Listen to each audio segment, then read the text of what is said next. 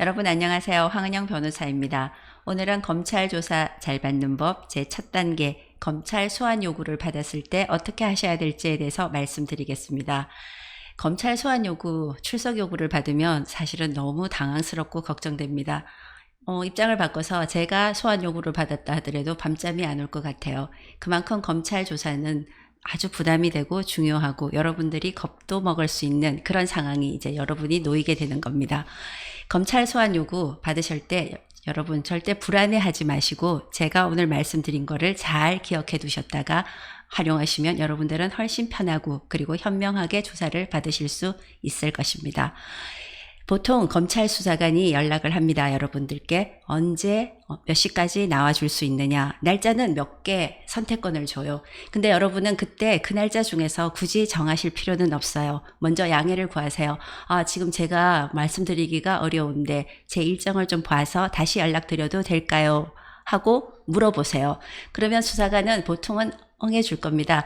그래서 여러분께서는 어느 검사실 그리고 어떤 검찰청에서 어느 검사실에서 전화가 왔고 담당 수사관이 누구인지를 확인하신 다음에 내일 오전까지 내일 오후까지 꼭 연락드리겠습니다 하고 일단은 약속을 위한 약속을 하세요.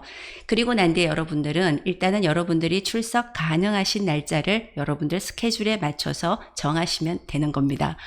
보통은 그게 왜 중요하냐 하면 여러분들 입장에서는 일단 심리적으로 너무 중요해요. 내가 검찰 수사관하고 얘기하면서 출석 날짜를 내가 잡았다 하는 이 심리가 벌써 여러분들에게는 한 단계 안정감을 주고 훨씬 조사를 편하게 받으실 수 있는 역할을 해줄 겁니다. 그러면 그런 심리적인 안정은 뭐 기본이고 그 다음 뭐가 필요할까요? 여러분들이 조사 준비를 잘하기 위해서입니다. 조사 준비는 검찰 조사는 처음 조사받는 경우는 거의 없고 여러분들 대부분은 그럼 내가 그때 경찰에서 어떤 조사를 받았지? 생각을 해보세요. 생각 잘 안 나실 겁니다. 나 뭐 잘 받은 것 같은데 갑자기 왜 검찰에서 연락이 왔지? 이렇게 걱정하실 게 아니라 기록을 그때 여러분들이 조사받으실 때 제출했던 자료 그리고 여러분들이 조사를 받아서 작성된 피의자 신문 조서를 보셔야 돼요. 그걸 그 당시에 확보를 해두지 않으셨다 그러면 검찰 단계에서는 보통 기록 열람 등사 신청이라는 제도가 있습니다. 그 신청을 통해서 여러분들이 조사받은 내용을 확보를 하셔서 내가 어떻게 조사를 받았구나 하고 기억을 되돌아 보셔야 되는 거예요. 그리고 난 뒤에 여러분 어떻게 해야 될까요? 여러분들은 사실은 수사 단계라든가 사법 절차에 대해서 잘 모르시기 때문에 여러 가지 불안감이 많으신데 이때 역시 여러분들이 변호사를 선임을 해야 될지 말아야 될지를 결정을 하셔야 됩니다. 변호사 선임을 하는 거는 뭐 말로 표현할 수 없을 만큼 장점이 많습니다. 근데 비용이 들기 때문에 여러분들은 대부분 망설이게 되시는데 변호사가 있고 없고에 따라서 여러분들이 대응하는 전략, 방법이 좀 차이가 나는데 저는 일단 여러분들이 가능하시다면 변호사를 선임하시기를 권하고 싶어요. 근데 그보다 더 중요한 거, 변호사 선임보다 더 중요한 게 뭐냐 하면 사실은 피해자, 고소인과 합의를 해야 될지 말아야 될지를 여러분들이 한번 생각을 해 보셔야 됩니다.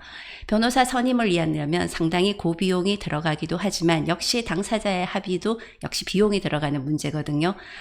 이걸 어떻게 조정을 하느냐에 따라서 물론 다 하시면 너무 좋아요. 피해자와 합의도 보고 변호사도 선임하고 이러면요 여러분들은 든든한 또 법적인 지원군을 갖는 것도 되고 합의를 했기 때문에 여러분들은 훨씬 양형상으로도 편안하고 조금 수월한 위치에 들어서게 되는 겁니다. 그런데 이 두 개가 다 어려운 경우에는 여러분들이 혼자서 조사받으실 준비를 하시거나 아니면 변호사와 함께 동석해서 조사를 받으시거나 이런 문제를 여러분들은 정하셔야 되는 겁니다. 여러분 오늘 세 가지를 말씀드렸습니다. 검찰에서 출석 요구를 받으셔도 결코 당황하지 말고 여러분들이 일정을 조정하실 수 있다는 거, 수사관에게 양해를 구하면 얼마든지 가능하다는 말씀 드렸습니다. 그리고 다음으로는 변호사 선임을 해야 될지 말아야 될지 이 부분을 결정을 하셔서 기존에 여러분들께서 경찰에서 조사받으신 내용을 대해서 확인을 하시라는 겁니다. 그리고 어떻게 보면 가장 중요한 거 고소인과 합의 여부가 가능한지를 여러분들 신중하게 생각을 해보시라는 말씀을 드렸습니다. 이 세 가지를 사전에 준비를 하시고 대응을 하신 다음에 검찰 조사를 받게 되시면 훨씬 여러분들은 수월하고 그리고 안정적으로 조사를 받게 되실 겁니다. 여러분 감사합니다. 다음 시간에는 검찰 조사 당일 어떻게 하셔야 되는지에 대해서 계속해서 말씀드리겠습니다. 감사합니다. 황은영 변호사였습니다.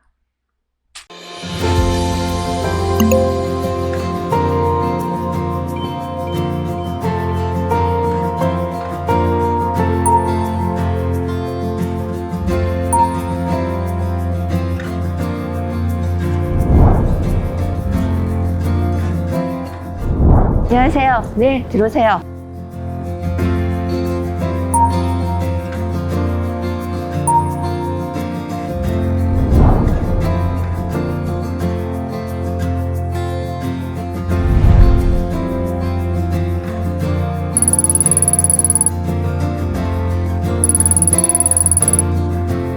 저는 계속 검사로서 일하면서 선배님들처럼 정년까지도 함께 봉직하고 싶은 마음이 있었습니다.